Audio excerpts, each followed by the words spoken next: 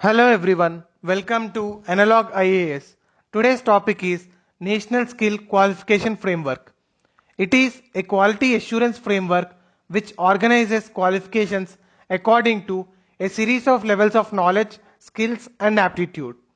These levels are defined in terms of learning outcomes acquired through formal, non-formal or informal learning. NSQF was notified on 27th December 2013 and all the other frameworks including National Vocational Educational Qualification Framework released by Ministry of HRD have ceased to exist, and also they have been superseded by National Skill Qualification Framework. The NSQF is anchored at National Skill Development Agency and it is being implemented through National Skills Qualification Committee. Some of the functions include approving accreditation norms, prescribing guidelines to address the needs of disadvantaged sections, reviewing interagency disputes, and alignment of NSQF with international qualification frameworks.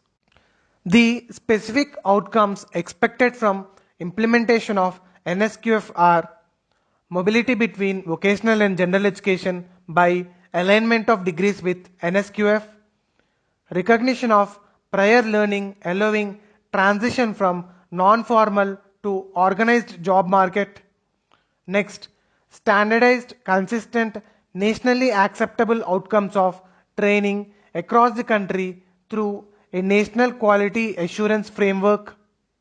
Next, global mobility of skilled workforce from India through international equivalence of NSQF.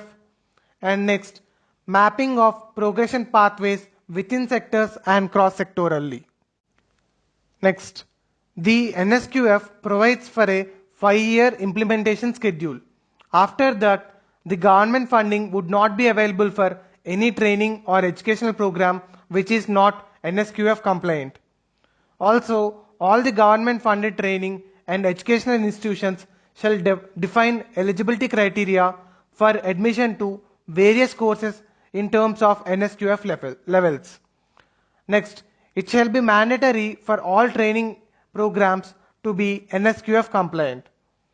All training and educational institutions shall define eligibility criteria for admission to various courses in terms of NSQF levels. Now let us see a question based on this. With reference to National Skills Qualification Framework, which of the following statements are correct? Statement number 1.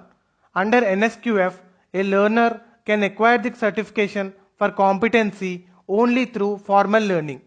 This statement is false because the learning can be through formal learning, informal learning or non-formal learning. Statement number 2. An outcome expected from implementation of NSQF is mobility between vocational and general education. This is true. So the answer is B, 2 only. Thank you.